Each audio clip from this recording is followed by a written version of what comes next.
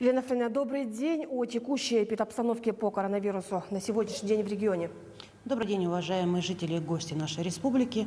Сегодня, на 25 августа, у нас зафиксировано 144 новых случая подтвержденных ПЦР, в том числе в самое большое количество это в городе Якутске 82 случая и в 17 районах нашей республики.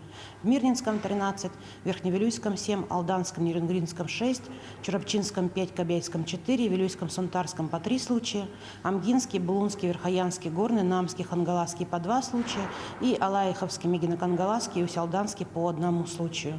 Надо отметить, что сегодня мы фиксируем в том числе случаи занесения инфекции в труднодоступные районы, что, конечно, является очень большим рисковым фактором, поскольку ограничить и применить все меры санэпидблагополучия на таких территориях практически невозможно.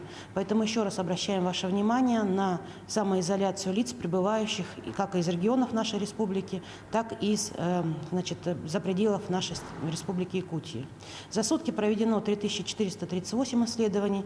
Всего за весь период отработано более 1 300 000 случаев тестов. Всего поступило у нас сегодня на территорию республики 414 355 доз вакцин. Первую вакцинацию завершили 308 800 человек, в том числе лица старше 60 лет 59 341 пациент. Вторую вакцинацию получили, то есть завершили вакцинальную кампанию 270 966 человек, в том числе лица старше 60 лет 54 147 человек. Таким образом, сегодня от плана вакцинации, который составляет сегодня 80% от популяции, мы использовали порядка 70% вакцин. Мы хотим сказать, что сегодня впервые, наверное, исторически на территории нашей республики имеется в наличии 102 000 доз вакцин, и мы приглашаем всех на ревакцинацию. То есть на ревакцинацию подлежат лица, которые привились более 6 месяцев.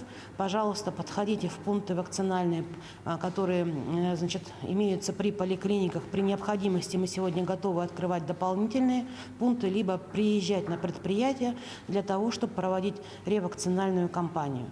Ревакцинацию можно проводить любой из вакцин, она не привязана к первым случаям вакцинации, то есть, к примеру, если вы привились спутником ВИ, не обязательно прививаться спутником ВИ, можете выбрать любую вакцину, которая сегодня есть в республике, это спутник ВИ, Эпивак и спутник Лайт.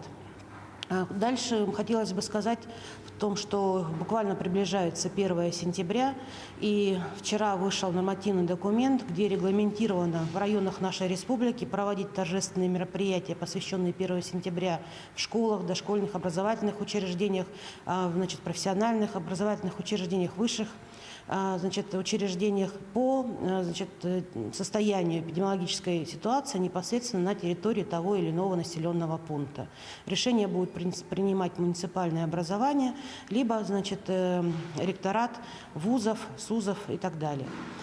Следите за этой информацией в средствах массовой информации, популярных источников, которые являются государственными.